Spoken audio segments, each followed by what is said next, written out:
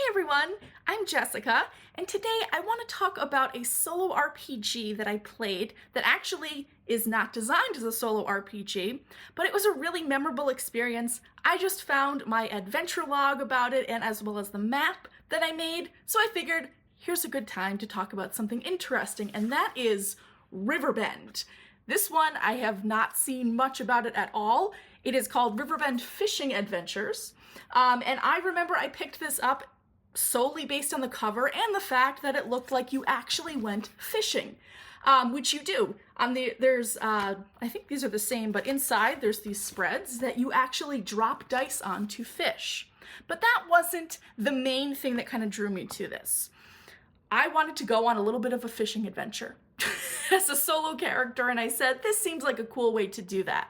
It took a little bit more work than RPGs that are designed for solo, but it was still very fun, especially with the start of the process, where you actually create the river by dropping dice on a piece of paper. And there are tables in here that kind of tell you what those mean. And I don't know if you've ever done that before with dropping dice on a map or a piece of paper, but it actually is really, really neat in terms of creating that. I mean, this is most of the guide to doing that, and it does not justify, or I shouldn't say justify, this does not show how cool the process is. It doesn't show examples and everything, but basically, after going through this and dropping these dice down and determining these villages in the area, how fast or slow the river moves, some points of interest, some dangers, you end up with a map. And my map making skills, get ready for this. You end up with a map like this of a river.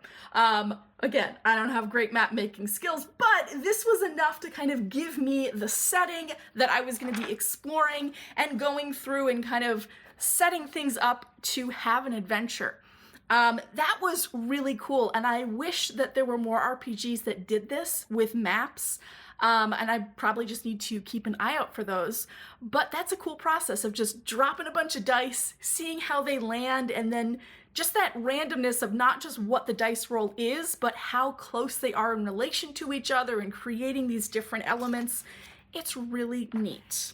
So the other part, you're going to create characters for this. I created two. When I play solo, there's, you can either play as one character or sometimes I'll play as a party of characters. This one just made more sense to have a couple. And the other thing that's cool here, you have a boat, but the boat also has a cat. So you'll have a cat that has some type of unique power. I had Jazz, who was invisible, and that was a major plot point for me. Other things, I mean, there's additional tables that you're going to go through for adding in artifacts and villages and some other cool things with, yes, the aberrations or like the major threat on the river. Mine turned out to be Missouri, the, I believe, Murderous Riverboat, the accursed killer boat. It's a sentient boat that goes around and just is a murder boat. This kind of, I like this too because it does have quirky there's a quirkiness to it, and I like that. When I am playing solo RPGs, sometimes I like having those serious adventures and really getting into it and getting into like the high fantasy and the drama and a lot of stuff going on. But with this one, I really just wanted to capture this sort of feeling that's on the cover and also have a couple of kind of silly things happening that kind of the back cover looks a little silly. I think you can play this a little bit more seriously. I leaned into the quirkiness though, because I mean, you have enemies that are like a walking leech, a noisy tortoisey, or Antonio the goat. Just silly sorts of things there. And as you're playing, you're just kind of going down the river, and I played this as sort of role-playing, like kind of like a day in the life of my characters, and I mean, I took notes. I made a story. That is my very tiny, neat handwriting. That it was just fun. And I think that's another thing with playing solo RPGs is sometimes you think you have to come up with these really sweeping plot lines that are amazing, and you're telling this story that's the best story ever, or almost writing a story that would, doesn't matter. In the end, you are having fun with this. And I just found this. I haven't read this in a while, but I laughed out loud as I read what I wrote, because it leans into that quirkiness. I think, some of the things, like literally lines that I write. The next day, Donaroo is unable to convince anyone to loan out fishing equipment. Tough crowd. I write these things down, and other things. What else did I say? Desperate to eat, Girobu uses all his willpower to drag the sagging net onto land where a small feast awaits. They went fishing. They save most of it for later, likely quoting the kid from the never-ending story. There is still a long way to go, especially without a boat. This is how I write my stories. And the funny thing here too is that one of my characters broke the net, but didn't tell the other character, who had bad eyesight, so he didn't realize it happened. So to cover up his tracks, he ended up sinking their boat. And then through the invisible cat, they managed to actually tame Missoura, the murderous riverboat, and it became their boat. And they lived happily ever after. And what did I say? Donaroo and Girobu still roam the waters, inspiring others to write stories about the unlikely heroes, a mole and a mouse, parentheses, plus jazz, but being invisible and stuck on Missoura most of the time really hampers any fame.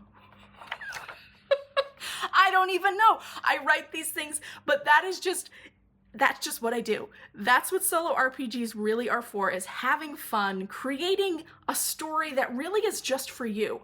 I mean, I've read these excerpts. Most people, you're probably like, yeah, great. And I don't care. I wrote that for me. I had fun. I created this little river that could be a setting for another RPG if I wanted to. I could continue life on the Riverbend, or I can just be like, you know what?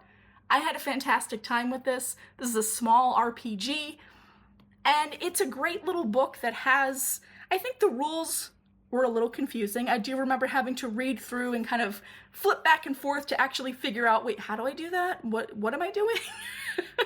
So it wasn't as smooth as it could be in terms of just the rules, but in terms of fun, it was great. I loved it.